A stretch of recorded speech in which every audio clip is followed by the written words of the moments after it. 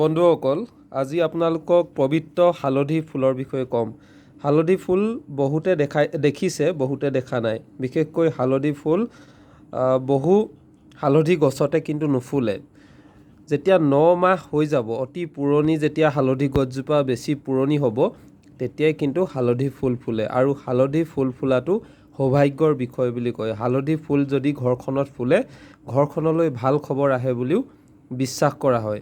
কাৰণ এই হালধি ফুল লক্ষ্মী মাক পূজা কৰিবৰ বাবে, লক্ষ্মী মাক পূজা কৰিবৰ কাৰণে আৰু তাৰ সমান্তৰালভাৱে গণেশ দেৱতাক পূজা কৰিবৰ কাৰণেও এই হালধি ফুল ব্যৱহাৰ কৰা হয়। আমাৰ ঘৰত 3 পাহকৈ এতিয়া হালধি ফুল ফুলিছে, কিন্তু হালধি ফুলৰ বিশেষত্ব বহুতেই নাজানে। ময়ো অলপকৈ গম পাই আপোনালোকক জনাবলৈ চেষ্টা কৰিছোঁ।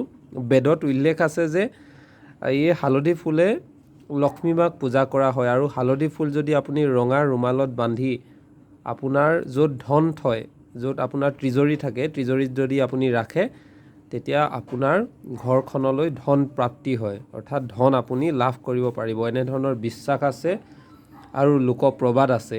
আৰু এই বিশ্বাস, আৰু যিহেতু হালধি ফুল গণেশ পূজাতো হালধি ফুল ব্যৱহাৰ কৰা হয়।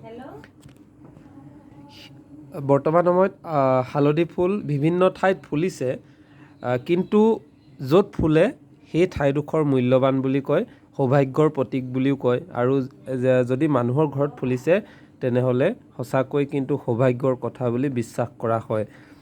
বিশেষকৈ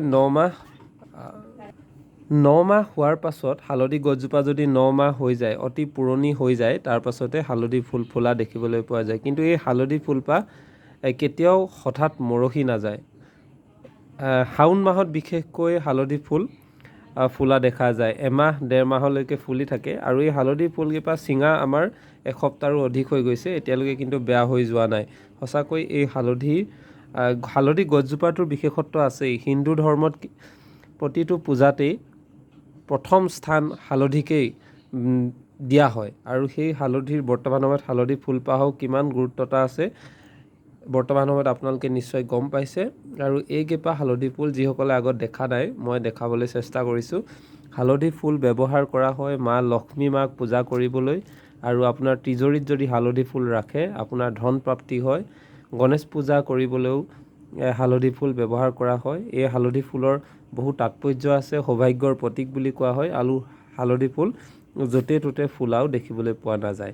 যদিহে আপোনালোকে হালধি ফুল পাইছে, তেনেহ'লে অতি আদৰেৰে আনি আপোনালোকৰ তিজৰিত সুন্দৰকৈ ৰাখক। আৰু শাওণ মাহত বিশেষকৈ হালধি ফুল ফুলা দেখা যায়।